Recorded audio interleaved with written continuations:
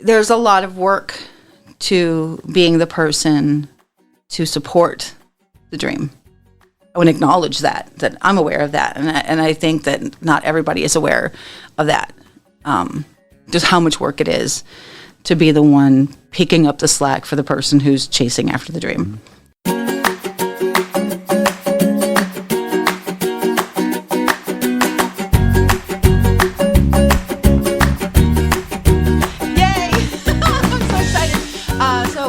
To the Dream Chasers podcast. I am Samantha Ainsworth, and I have the best guest that I will probably have ever, unless some famous people come in. But thus far, my guest today is Mr. Bruce Storykamp, who is the co-owner of Pip Lola's Everything Homemade. He is a former elementary school teacher. He is currently an instructor in adaptive technologies at BVRS, and he also happens to be my husband. So that's just an aside. Beside the point, he happens to be my husband. So, Sammy, why do you have your husband on your podcast? Well, because today's discussion is going to be what it's like to chase somebody who's chasing the dream. So that's why I have you here today. So, I'm going to read the poem. Okay. I am going to make you talk. I know you are. It's fine. At some point. I voluntold Bruce today. I messaged him a couple weeks ago. We weren't in the same space. And I was actually scheduling a couple of other folks to be on. And I was like, it's one thing to be the one chasing the dream. It's another thing to be the one supporting. And we frequently joke that Bruce is the standard by which all other husbands are measured, and they usually come short. We joke that it's your job to make other husbands look bad. So it's a life goal. It is a life goal. But there's a lot of work to being the person to support the dream. And so, right. I want to honor you for that. But also, I want to acknowledge that I'm aware of that. And I think that not everybody is aware of that. Just how much work it is to be the one picking up the slack for the person who's chasing after the dream. Mm-hmm. So there's that. So I'm going to do my dramatic interpretation of the inspirational poem behind the podcast. For those of you who are brand new to us, we do read this poem every time. I was in the shower, which is where all my good ideas come, which he will attest to because I will scream them across the house. That's very true. Babe, I just had this idea. So I was in the shower and this poem came to me, which is the inspiration behind our podcast. Harlem by Langston Hughes. What happens to a dream deferred? Does it dry up like a raisin in the sun or fester like a sore and then run? Does it stink like rotten meat? Or crust and sugar over like a syrupy sweet? Maybe it just sags like a heavy load, or does it explode? So, the Bruce. Yes. When you think of dream chasing, what does that mean to you? That's a hard one in general, just because I know some people are they have a goal, a target, something they have to achieve. And freely, it's like really hefty, lofty goals. I have been much more smaller ones. If I'm thinking dream chasing, I'm like, what is it for this month? What is it for this year?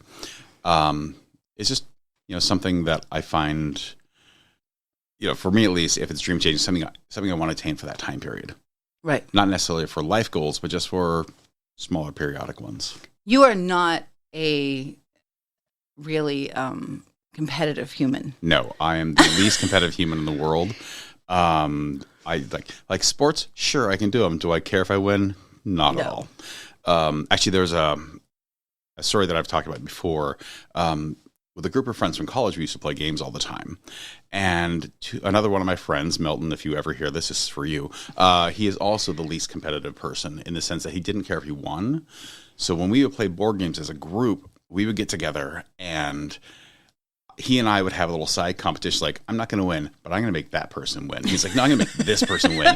And we piss off everybody else in the game because we're competing, to make our person win versus really caring if we won, which we didn't. That's awesome. You are also extremely good at supporting other folks. And not just me. Like, if you come to him and you're like, hey, I'm trying to do this thing, he'll be like, cool, let's figure out how to make this work. And he'll do that for you. I can hear my own echo, which is a little strange. I'm in the headset over there. Oh, okay. Okay. My voice carries. Super hearing skills, by the way. Yeah. Yeah. Sometimes when you get pregnant, your hearing ramps up, and sometimes 15 years later, it hasn't gone back down. Right. So I can hear fans, and I can hear my voice coming through that headset over there, and I can hear lights, and it's obnoxious. Sorry. For me, what has been remarkable, because I don't know if y'all know this, but I've been married before a couple times. She hasn't been. I'm the first and only. No others. At least that's what we tell ourselves. Yeah, we've been together almost 14 years. Yeah. But in previous relationships, and this is not to rip on previous relationships, but in previous relationships, either the other person and I were doing much the same things, or we weren't doing any of the same things, and they just did not understand, right, A, my drive, or B, why I wanted to do the things. So that was frequently a problem. My nose has been randomly bleeding, so if I just start bleeding, ignore that. Sorry. I have like a boo-boo or something happening in my nose. You don't have any of that same drive to do the big things. Right. However, there's a part of you that seems to understand my need to do those things. So, in the 14 years we've been together, like all of a sudden we owned a soap company, which neither of us had any idea that we wanted to do, or he just kind of like, hey, we're doing this, and he's like, all right, I guess we're doing this now. But on your angle, so like, and I want you to be like 100% honest about this, even if this makes me sound like an asshole. Like when I volunteer you for things, and today can be included in that. Oh, today's very much a voluntold, but that's okay. Today can be included in that conversation. But like from your angle, like what does it do for you or not do for you when I come home and announce some crazy ass idea that I have, or hey, I'm going to go to New York for 8 days, or whatever. What is that thought process that happens for you to either get to the point of being okay with that idea, or that you're okay in the first place? Right. Well, years ago, as you and I were talking about this, just about the whole wanting to be an actor and such, I love the idea of it because I look at like, your skill is fantastic. I want you to be out there doing it because this is what you should be doing. If I can help push that forward, awesome. That's always made sense to me, just because, that's what I want to do. Is to kind of help lift people up in general. It just happens that it's you, which makes it even better. I do find it funny. Like I often do get, the whole voluntold concept. And that is a very, very strange thing, because I go, oh, we're doing what today? Okay. And sometimes it is very much like, well, that's a thing, and we'll see what happens. And other times it's like, cool, that'll be interesting. Because I know that when we did the web series, I was so excited about it in the beginning. I don't think I fully comprehended how much you hated it. I didn't hate it. It was just weird. It didn't fit me, but of course it puts me in front of the camera. Right. Oh, wait. Here I am in front of the camera again. But this is less about the camera, and it's more about the mic. It's fine. It's fine. It's fine. It's fine. It's fine. But our relationship started with me telling you to do something. No, I asked you. I did ask. You did not tell me when we started, because we weren't together at that point in time. So we met at a callback. Right. Because Bruce does act. Like don't let him bullshit you. Like he does act, and he's a really, really good singer. So like I can sing, this man can sing. Baritone bass, it's ridiculous how glorious it is. But it obviously, like, for you, it's fun. Right. Whereas I tend to take it a little bit more seriously than maybe it needs to be taken. Well, for me, acting is play. Right. Because it is. It's fun. I like doing the community theater. I like doing the children's theater. I like just enjoying it for, hey, this is a cool thing to do at the moment. Right. Not necessarily that this is what I want to be. Right. I've always had things I wanted to be. And an actor was actually never one of them. Right. I just enjoyed doing it. Right. So that's how we met. Yeah.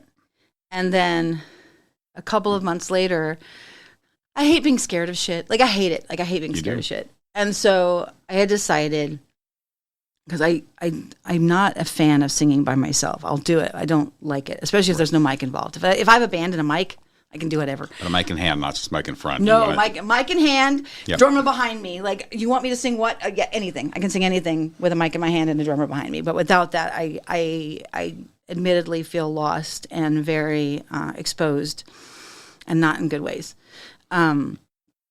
So I was sick and tired of being scared of this thing, and so I decided I was going to produce a musical, and so I decided to produce The Last 5 Years, and because it was the hardest part I could think of that was in my range that I thought I could pull off, ish, and so I had not at that point heard you sing ever. Okay, and I had not heard the show, right? So I don't know anything about it. But I had heard that you sing, right. I'd not heard you sing, but I'd heard that you sing.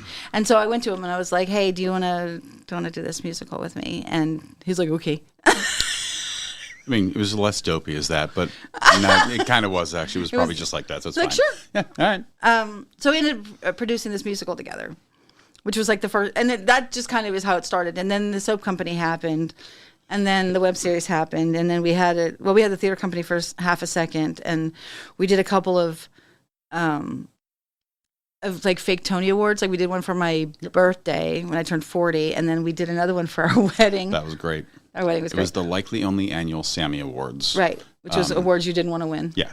Worst things ever, like, best use of a handbag, or best tantrum. Were you in that show? Best paraphraser. That's me. You in that twice, didn't you? I did one best paraphraser twice, but I can do it in verse, so it's fine. I can learn my lines. I just choose not to. Ish. You can learn his lines. Ish.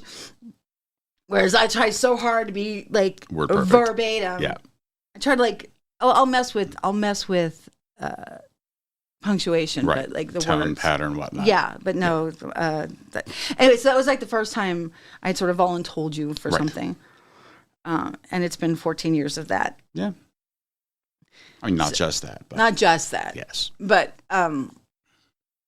so okay. There have been times, like in our marriage, where I've been gone for months. Right. And like each one gets a little bit easier. Because like the first couple, especially like the first time I was gone for like, what was it, 4 months? Something like that, yeah. There was a lot of crying. Mostly me. There was a lot of crying. But from your aspect of it, like, how did that go for you? Like, I mean, I realized like you had to pick up my workload, but also I know people said shit,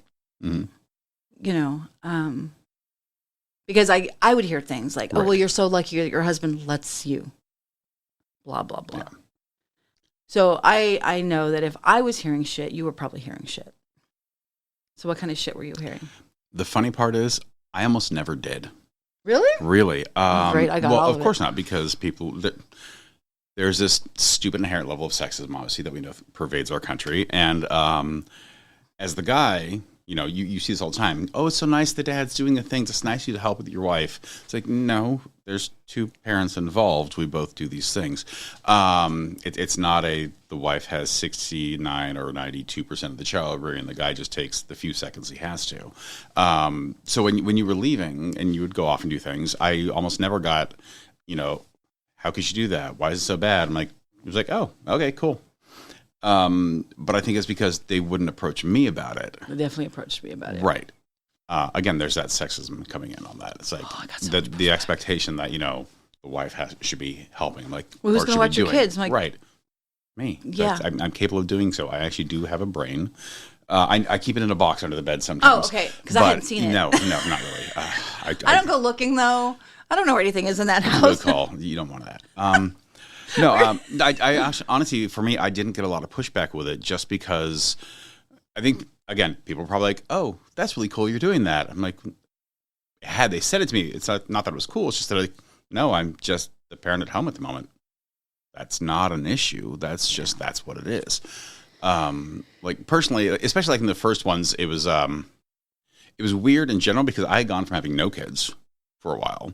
I mean, no kids at home, I should say, Right. To suddenly there's children at home. And so like, oh, I'm in charge. Right. Okay.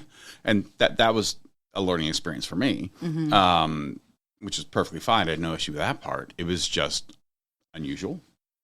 It was just a life shift, but it wasn't anything bad. It wasn't anything traumatic. It was just like, all right, that's where we're at. It's cool. Between us, we have 8. There's a small army of them. It is kind of ridiculous. And at some point, one of them is not speaking to me. Well, usually me, because I'm the mouthy translates one. back and forth. And Right. Yep. So, but 5 of them are biologically mine. Mm-hmm. One is biologically mine. Mine's biologically yours, and then we adopted 2. Right. So, because 6 wasn't enough. And as we know with the TV show, 8 was. 8 was enough. Definitely enough. 8 is 100% enough. Especially since I am not, I'm not maternal. Like, I love them. It's me. He's very maternal. Like if they're not feeling great, it's like, I will love on you, but go over there. Like, he'll take care of you. Which is funny because, like, they say there's no gender, like, people try to say there's no gender roles. I mean, there are, like, but it doesn't necessarily have to be. Right. Like, someone should be maternal, but it doesn't have to necessarily be mom. That's less a gender role. That's a personality type. Yeah, that's true. I always said that I'm type A and you're from Oregon. He's from the West Coast. Fair. He'll get it done eventually. Like, you just have to wait a minute or 30. It's fine. So yeah, so I was curious about that because I know how much pushback I've gotten and continue to get. Yeah, it's always been strange for me because I normally don't get that particular reaction to it. Yeah. But again, I think people wouldn't say it to me. Right. Well, they all think you're a saint for putting up with my shit anyway. Well, I mean, stigmata and whatnot and all this. No, we're good. No, I have that's from the cat. Yeah. Yeah. I was curious about that because it's not that we never talk about my being gone or the complications of my being gone, but we've never really talked about societally what that means for you. Right. I don't know. It's strange. There really hasn't been a huge towards me, but I hear that you get it, and that's frustrating to me because I wish people would realize that. It's first off, it's not appropriate to say, "Hey, so nice your husband lets you do this shit." Pardon me, I swear all the time. Oh no, he's okay, no, cool, no, that's good. Okay. But just that whole, seeing that, where people say it's nice your husband lets you. I don't let you do anything. It's not. It's not my job to let you. It's not anybody's job to let somebody do that. And so it's frustrating that you have to hear that part. Right. Thankfully, I don't hear it for me, so I don't pound somebody because it really pissed me off. Right.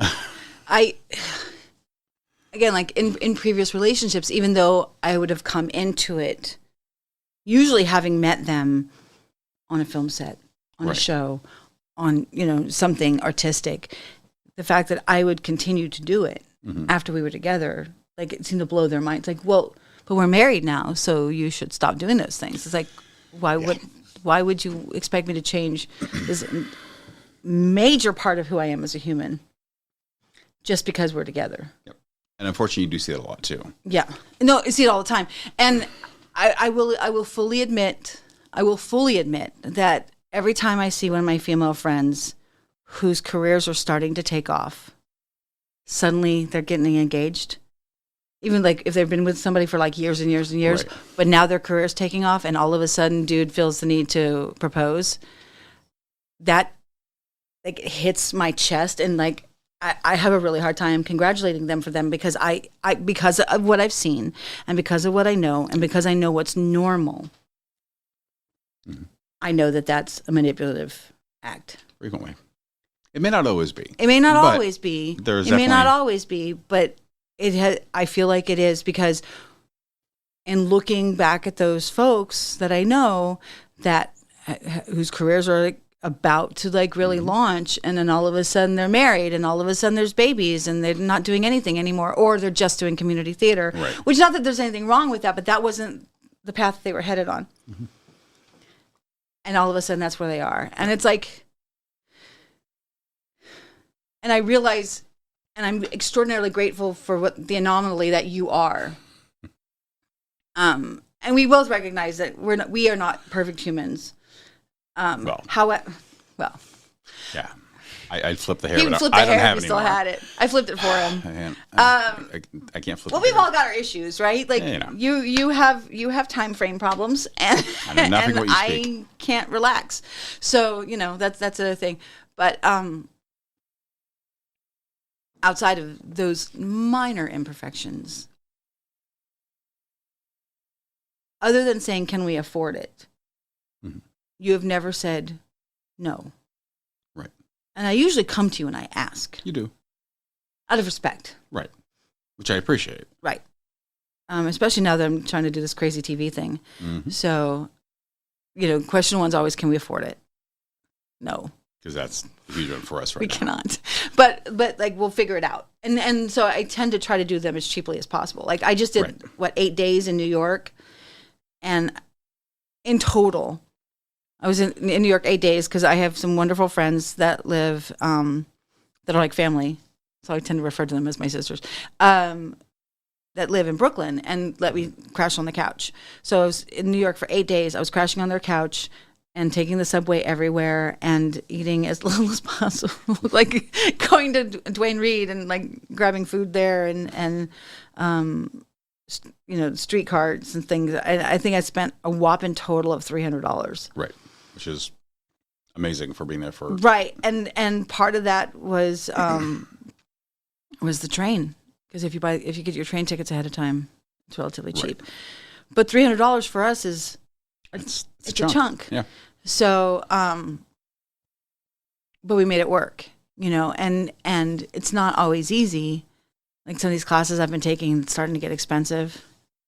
It's not always easy, but we figure out ways to make it work. Right.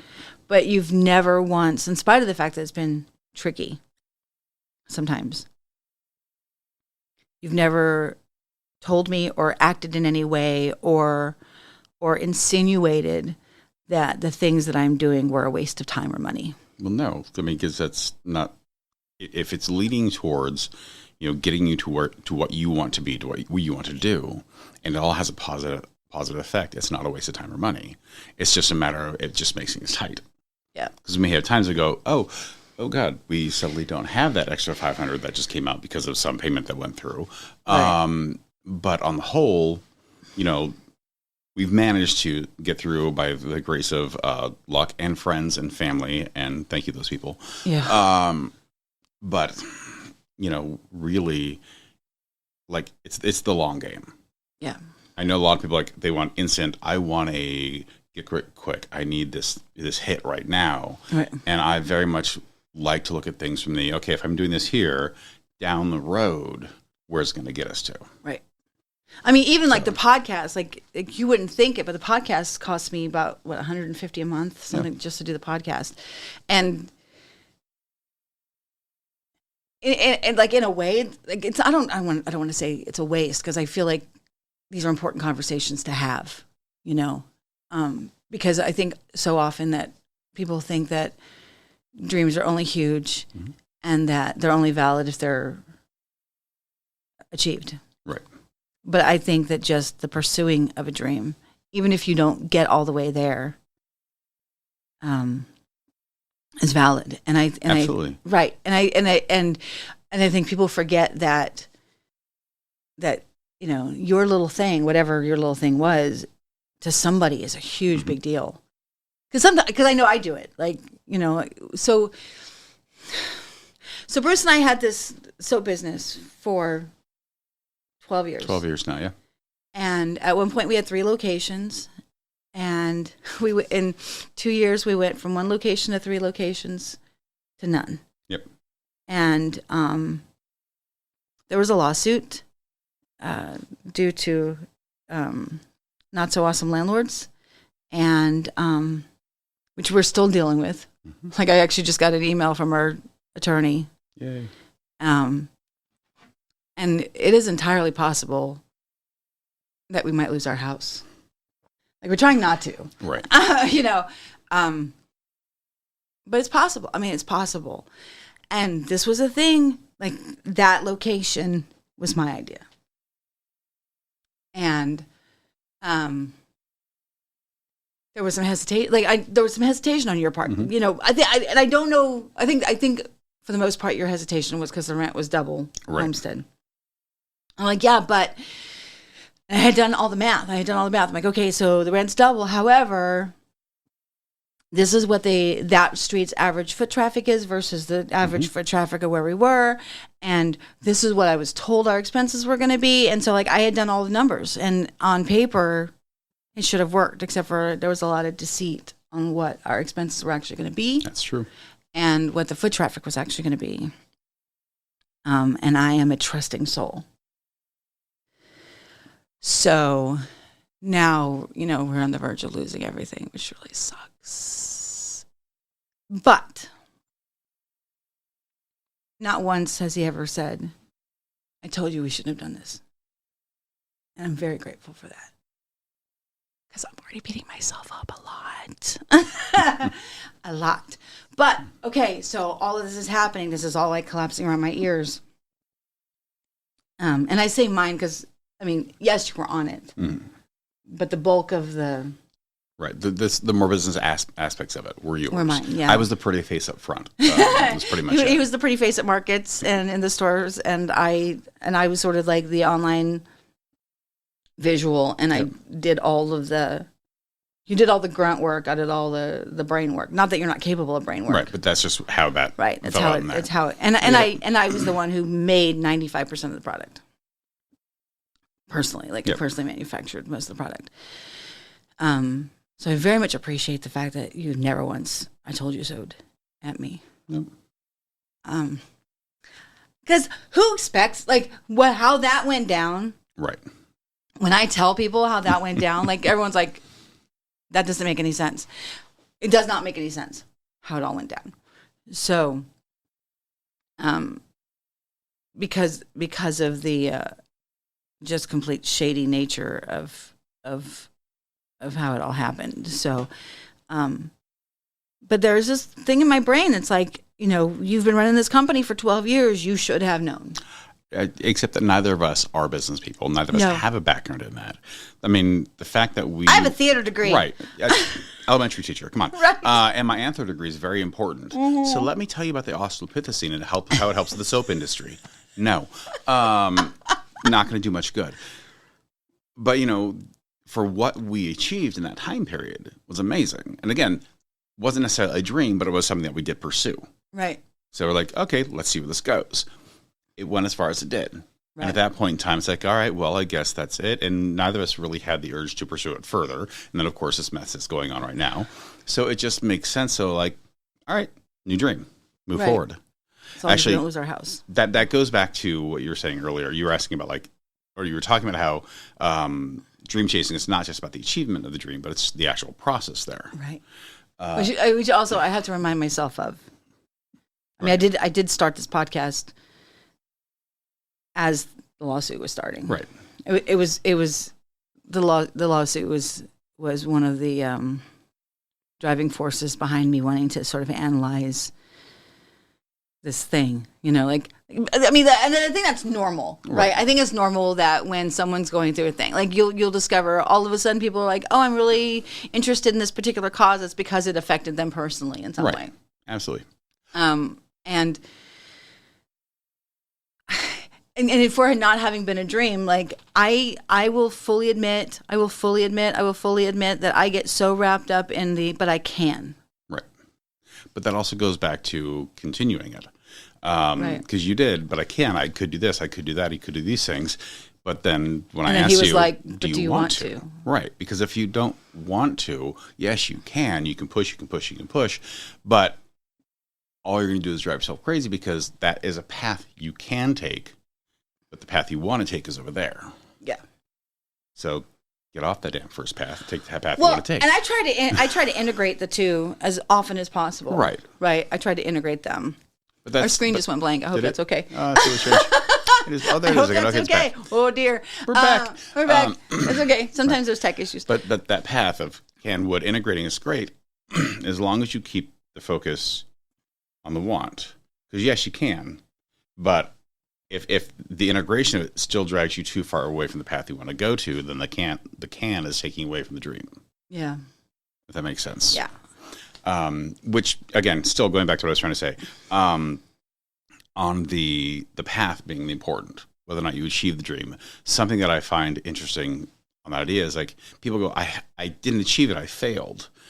But if you went X period of time, if you took a dream, say you wanted to, I don't know, be an amazing painter, and you spent years practicing it, and you're still having other things in your life you were doing, but you're painting, and you didn't ever achieve that level you wanted to. You said, I failed. But look at all the work you've achieved in that time period. Mm-hmm. Look at all the things you put out, all the skills you increased on. Every single one of those is a win. Yeah. So it's not a series of failures. It's a series of advancements. Each advancement is a win. And so that's, in some ways, that's the benefit of dream chasing is you're constantly making that small improvement. You're constantly having the small wins as long as you remember every step is a win because you could be walking backwards. Right. Or staying stagnant. Yeah. Which Sinking. Quicksand. But we don't have that around. We don't. You see that meme all the We time? all thought that quicksand was going to be a much bigger thing. Mm-hmm. We really did. It's not there. It's not. Like any child in the 70s, we thought quicksand was going to be a massive problem because it was in everything, huh? Yeah. That was just the random thought in my head. Anyway. He does that. He's like, squirrel. What? Yeah. Yeah. I mean, and it's so funny because with other people, I'm so quick to remind them. It's like, but look what you did accomplish. Mm-hmm. I'm so quick to remind them and that. You are not quick to remind yourself of that. You're like, here's a wall. Let me beat my head upon it. But I haven't done this. I'm like, but you have done X, Y, Z. Here's your list. Let me get the 5,000-foot scroll of things you have achieved. Right. And that's the hardest part. Actually, I would say that's probably one of the hardest parts of being a supporter is it's not the shooting in the foot, but the sort of self-replication. You're going, but I didn't do these things. And my birthday was this week. And I am, there's a nasty combination between being as driven as I am, having that nasty German accent in the back of my head telling me all the time that I'm a loser and I'm lazy, and having a birthday on New Year's Day. Yeah. Like I feel like it's such a bad combo. I spent the entire day. I haven't done a thing with my life. And then people who have not done as many things as I have take that as some kind of a judgment against them. They feel reproached by that, yeah. Like, listen, I do not anticipate, want, desire anyone else to have the same crazy drive that I have because I realize it's going to kill me someday. And I make that reference all the time. I'm like, I'm going to do this if it kills me because it's probably going to. My stress likes to manifest itself in stroke-like symptoms and weird migraines. But I don't do that to other people. But I think when people see me beat myself up for it, I think that they do take that as some kind of, reprimand of what they have or have not done. And I don't. Absolutely, do not mean it that way. You do get a lot of pushback on that, which is interesting to see. It's I get so much pushback. You do. It is very odd because, like, for me, on social media, we see this all the time where you have people saying, "Well, you make me feel bad because of X, Y, or Z," and I bite my tongue a lot because I frequently want to just tell people, dude, just chill out. Because people get on your case a lot about you do so much. I'm like, well, you do what you want to do, but people have such harsh judgments on that because they don't understand how anybody could do that. And it's not. But did you notice when I was killing myself at the soap store, they were not doing that? No, because they were benefiting. Because they were benefiting. They were. But if I were to, and because I'm about to, if I were to pursue my acting career with the same 16-hour day insanity, losing as much money as I was doing on the soaps. People would say that I was chasing a pipe dream and that I was ridiculous and I was making a fool of myself. But if I did it with the soaps, because I make really damn good soap. You do?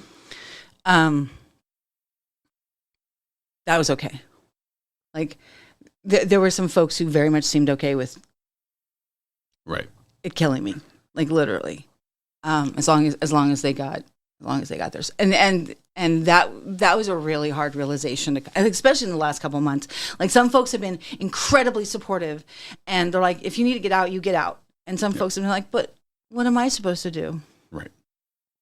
And that's unfortunate, because there's a level of, I don't want to say self-unawareness, but there's definitely a lack of self-awareness. Yeah. Plus, but I also think that people thought that we were bigger than we were. Right. We're tiny.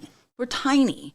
I don't think people realize that literally I mean, make... Local people knew that. Yeah. But like, anybody who weren't in our direct group would have no clue, because they see, here's the store, here's all the stuff they produce. They make so much soap. They make deodorants and they wouldn't have a clue. They'd be like, there's no way that one person or 1.5 people or 2 people could even do this. This has definitely got to be like a 10-person company at least. No. So. It was easier when we had all the employees. Right. Because at one point we had 8. That was a lot easier. A lot of part-timers. But even having someone else to cut the soap. Yep. Cut it, stack it, help wrap it, stack it, things, wrap it. Oh God, like just that. And just having help with that was huge. It's just a lot of manpower, a lot of hours. Right. And so and now I have some wonderful folks who are just coming in, like seriously volunteering their time because they just see how just exhausted I am, which I appreciate a lot. I do. I mean, and I don't want to diminish what those folks have done, because those folks have been amazing. But if I were to ask for that kind of help for the acting stuff, people would, no way. Which is, and I don't know why. I'm not sure what it is about world or society where they think, oh, this is something that some people do as a hobby. Therefore, people who are doing it as a job are somehow deluded and don't deserve the same help and support. Right. I'm not sure. I'm not sure why that is, but you see it all the time. Well, but also a lot of people, when they think actor, things like that, like, they think, who's your megastar? They get millions of dollars and whatnot. Nobody, when they think actor, like think the real actor careers, they don't think of, who's this person that always plays the third character to the right, the support character who plays the nurse or plays the doctor who shows up for 3 episodes and leaves. Oh my God. Like during the strike, oh my God. Yeah. Some of the folks during the strike, some of the comments that I would see, even from other actors, which is what was killing me. Like, even from other actors are like, well, actors are selfish and actors want this, that, and the other. It's like, you don't understand. Like, if you get 3 jobs a year, if you get 3 jobs a year, you are fucking lucky. Yep. And then those are like little one-day co-star things. Mm-hmm. If you get 3 co-star things a year, you are fucking lucky. And those 3 co-star things, if you're on set one day, 3 co-star things, you may have made $4,000 that year. Yep. Right? So residuals are like how you get through your life.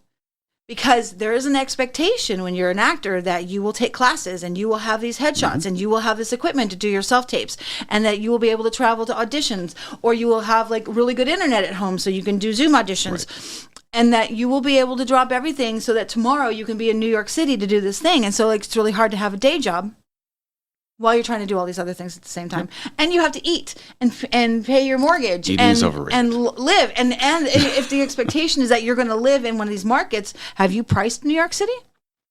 Have you priced Los Angeles? Have you priced Chicago or Atlanta? Because Atlanta's gotten insanely expensive because it's expensive to live those places, because that's where people have to be, right? And so then you get all this pushback from folks who are like, well, then get a real job. Okay, This is a real job, guys. And it's not just, and the thing is like, acting does not just affect the actors.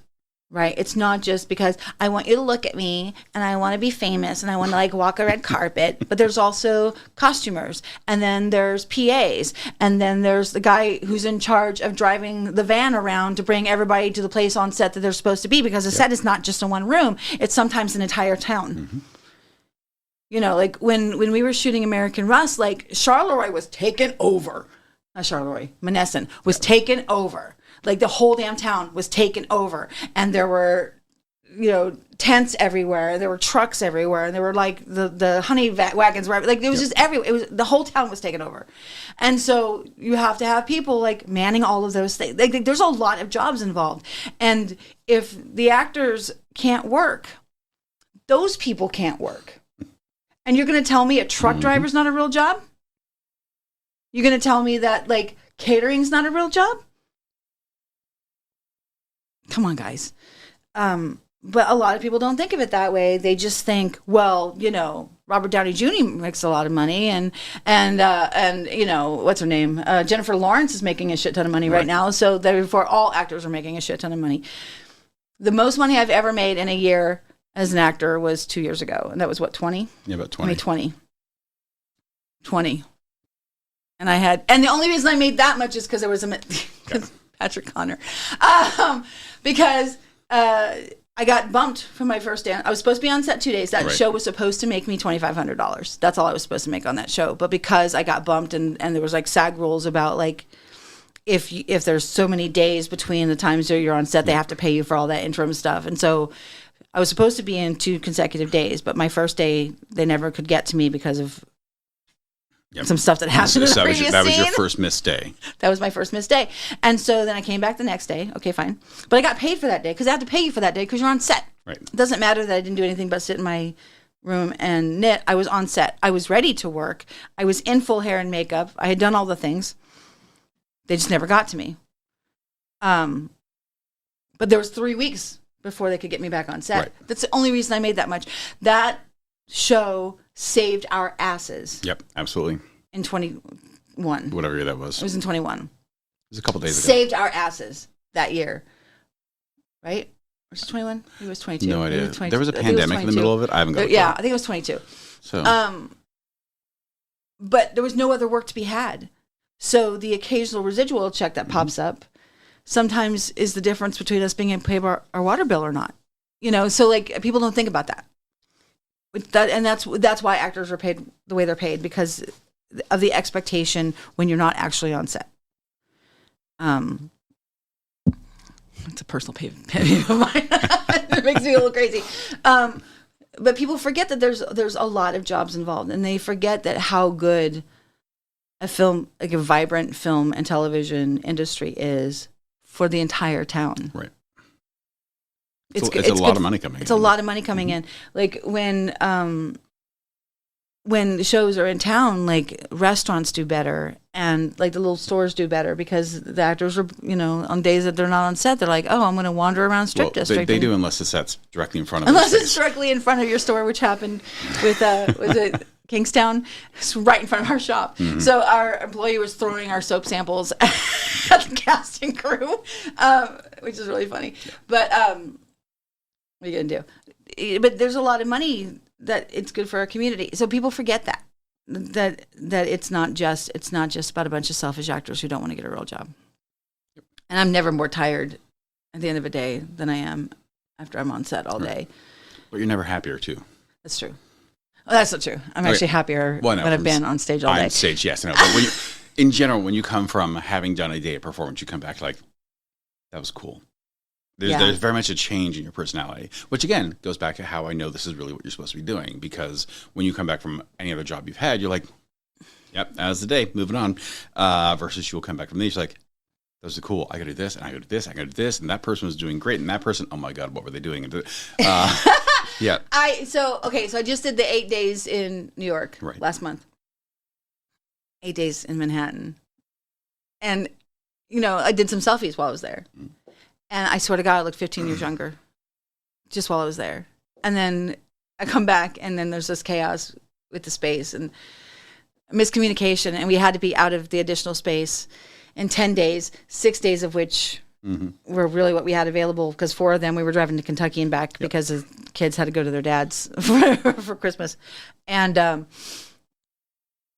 looked 100. I would look in the mirror. I looked like I had aged 30 years overnight. So there's definitely something that being in your joy is just good for your psyche, you know. Yep. And I'm sure I'm a much more pleasant person to be around. Yeah. I told him he's allowed to be as honest as he, like, I told him, I'm like, if you need to rip into me and make me look like an asshole, you are normally perfectly pleasant at all times. That's a lie. Normally, I said. No, but definitely, you can definitely tell when you've had an enjoyment of what you've been doing. Yeah. And it does, like, you know, you can see it in people's faces. I had a coworker who recently retired, and I've seen her since then, and the entire persona has changed, and she just looks better. She's like, I don't have to do the thing I don't like anymore. That's a huge thing. So when you come back and you're doing things that you enjoy, it definitely shows. I feel like even just the classes. Mm-hmm. I feel like even just doing the classes. Oh yeah, when you've had a class, and you're like, that went really, really well. You can see it. Oh my God! Absolutely. I just did this series of classes with Tiffany Little Canfield, who, if you don't know who she is, oh God, Google her. She's amazing and completely terrifying all at the same time. But yeah, I felt like I could conquer the world after having done those. And it was just a class that I was taking in our basement. Yeah. Late ass at night, because they were 7 to 10 Los Angeles time. Right. So they were starting at 10 o'clock our time, and so I'm trying to act in our basement at midnight. Yeah. I'm just like, and in every relationship, there's the person who goes, "Oh, it's 10:30. We should go to bed." And there's sometimes, "Oh, it's only 10:30." I'm very much "Oh, it's 10:30. I'm gonna go to sleep." Yeah. Yeah. Normally it's like, well, it's 11:30. I'm not really tired yet. I'm gonna go do something. And I'm just out cold. Gone. Snoring softly in the distance. I know. Yeah. Snoring not so softly in the distance. I was being kind. I know. I am the snore. Well, no, you also snore. Of Our course. poor kids. Oh, that's why I don't sleep on my back. We talk sleep in the stomach so I don't wake myself up. Anyway. So what advice would you give to somebody who has a spouse or loved one, child, whatever, right, who is interested in pursuing any kind of dream, like whatever it is? I mean, obviously, it's the biggest thing is just being supportive of it, because understand that it may not be your dream, it may be my dream, right? But knowing this makes you happy, I love you, I want us to be successful. That also involves you being happy. If you were miserable the whole time, that would definitely affect our relationship. If I was miserable all the time, it would affect our relationship. Right. Doing things that makes that makes you happy is beneficial for you and anything goes on in your life. So if you have a spouse, if you have a girlfriend, boyfriend, whatever, partner, somebody who is, integral to your world and they have a dream they want to chase, you want to make sure that you're just saying, cool, let's help. Now, it doesn't mean jump in and do it with them, but making sure. Sometimes they'll make you. Sometimes you get voluntold. But there's that. Stop being beautiful and talented, and I won't make you do things. It's the hair, I know. But anyway, no, it's the support, but it's not the. I think the words for it. It's being supportive about being like overly so. I'm not a cheerleader, though I will cheerlead. I'm not a. I'm not a stage mom. No. In that sense, that's the best type of support I think that feels like the negative one. It's like, it's almost toxic. But just, you get the best support you can. You get the positive feedback, and you let them try. And if it fails, you're there to help and catch, and you're there to help support if they need something to lean on.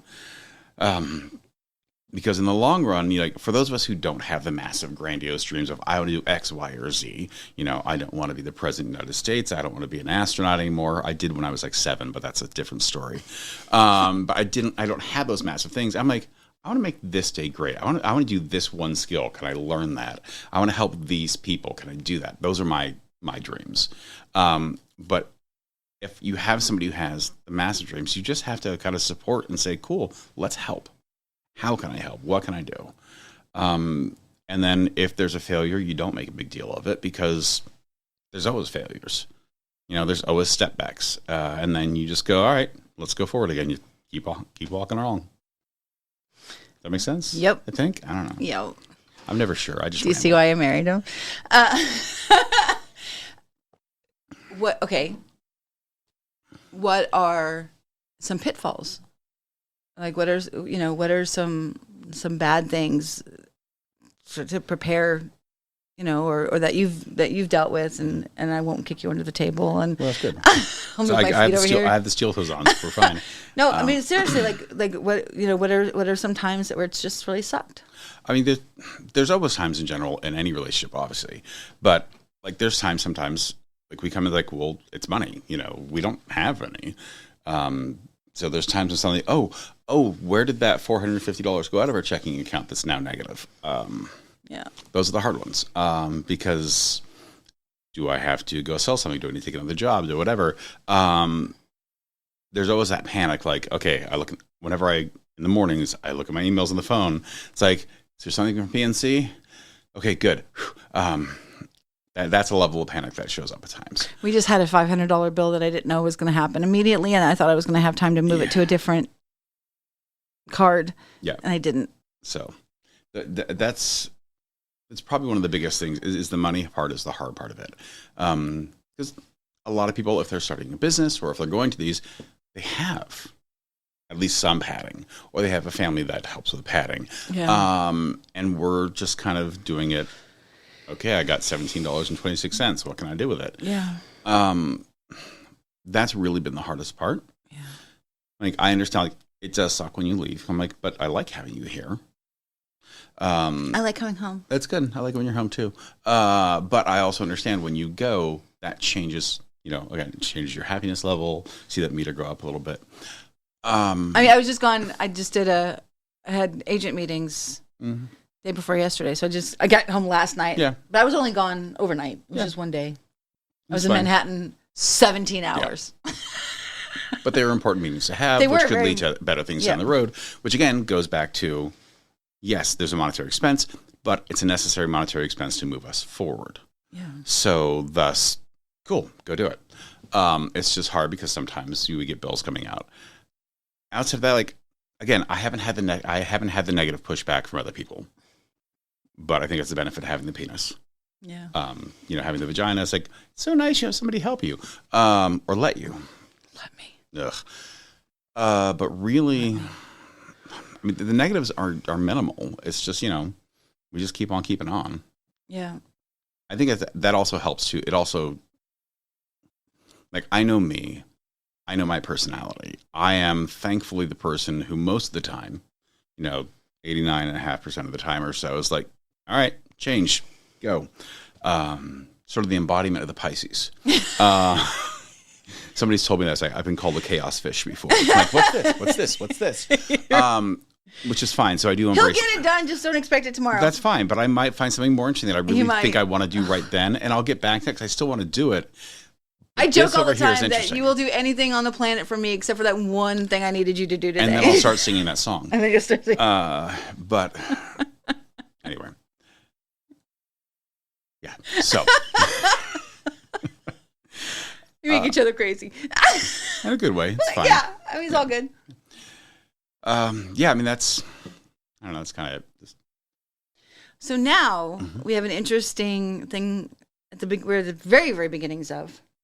Yes. Our 15-year-old has decided he wants to start doing some stuff as well. He had taken some improv classes. Right. And he liked those. And he loved those, but he wouldn't do it in front of me. He liked them, but he didn't tell us he liked them. But you could definitely tell he liked them. And his teacher was raving about him. And so, like, we went to their little showcasey thing, and he would not do it in front of me. Nope, refused. Refused to act in front of me, which is really sad. I'm apparently a little bit intimidating. I don't mean to be. Well, okay, but in my defense, right. I made him come with me to a voice lesson the other day. You did. Because again, I think I mentioned this man can sing. And so, like, sing.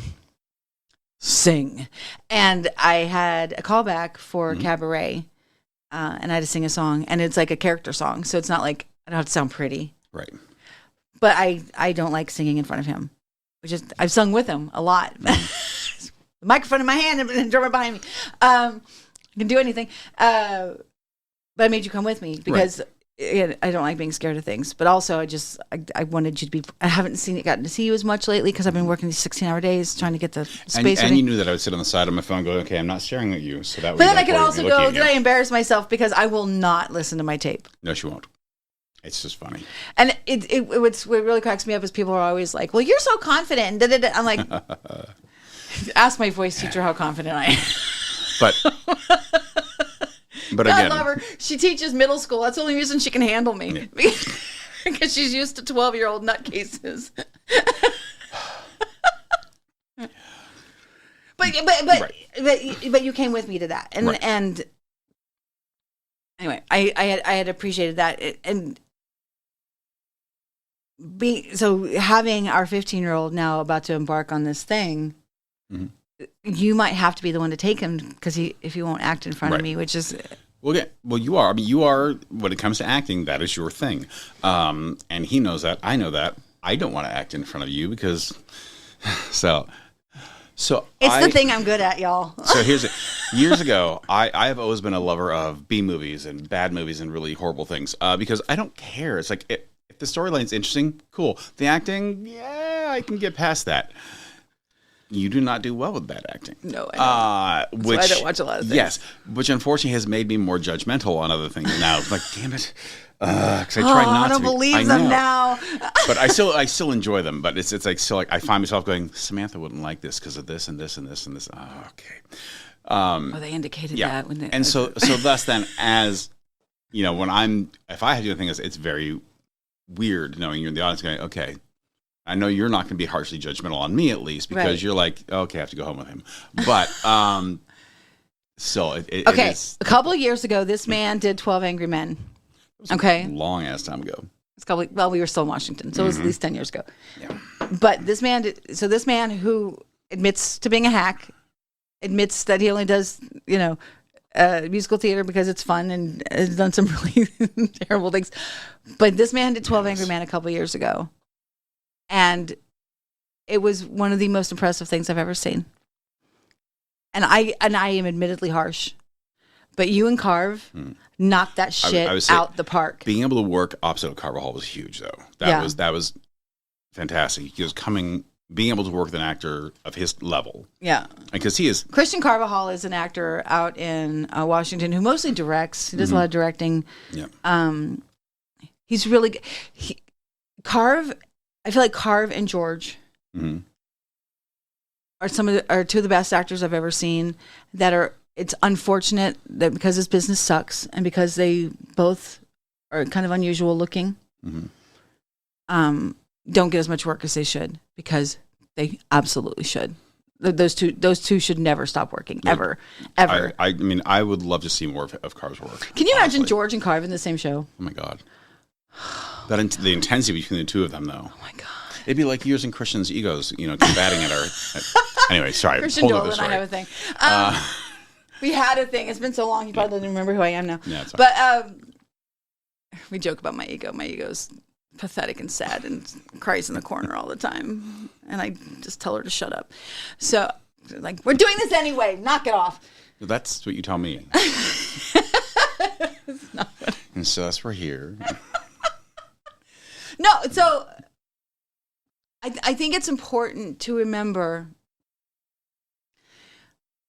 We all know I have this like weird Mark Ruffalo obsession, and it's not because I think Mark Ruffalo is always a fantastic actor. I think he's good, but it's not that. It's that whole like famous 600 auditions thing or 800 auditions or whatever it was, huh? I think it was 800 if I remember correctly. Yeah, he had like a 10-year period where he auditioned hundreds and hundreds of times and didn't book anything and was on the verge of giving up, but his mother was like, don't you dare. Yep.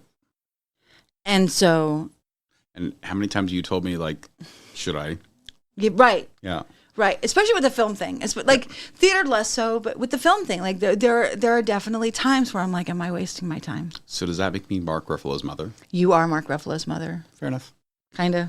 All right. You kind of are Mark Ruffalo's mother. Which I am extraordinarily appreciative of because this business is hard and you can't rely on other actors to be your support system, because they're not. They're not. Like, even ones that are your friends. I had a conversation last night with a friend who's a very, very young filmmaker. I don't even think he's 20 yet. And he was coming to the realization, like, that folks are kind of shady and a little backstabby. And I'm like, you're going to find that. And it's what sucks in this business. I'm like, you have to find those rare people who you can't benefit in some way. Right. Because that's how you'll know who actually is supporting you.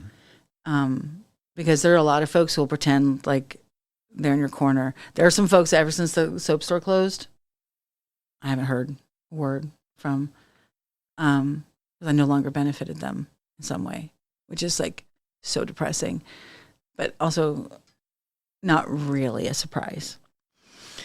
So if you find that you have someone in your corner that supports you no matter how many times you fall on your face, and it might be more than once, and sometimes it might be epic, and sometimes it might be like potentially costing the family the house, which we're working really hard not to, but my lawyer said to be prepared for that fact, so that if it doesn't happen, then that's a pleasant surprise.